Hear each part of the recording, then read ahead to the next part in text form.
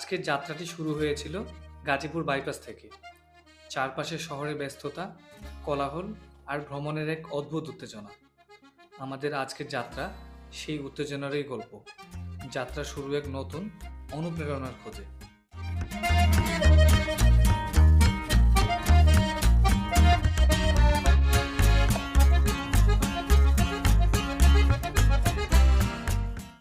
Gazipur চৌরাস্তার flyover পার হতে হতে চোখে পড়ছিল আধুনিক স্থাপনা, নতুন নতুন ভবন আর এক টুকরো নগর জীবনের ছোঁয়া।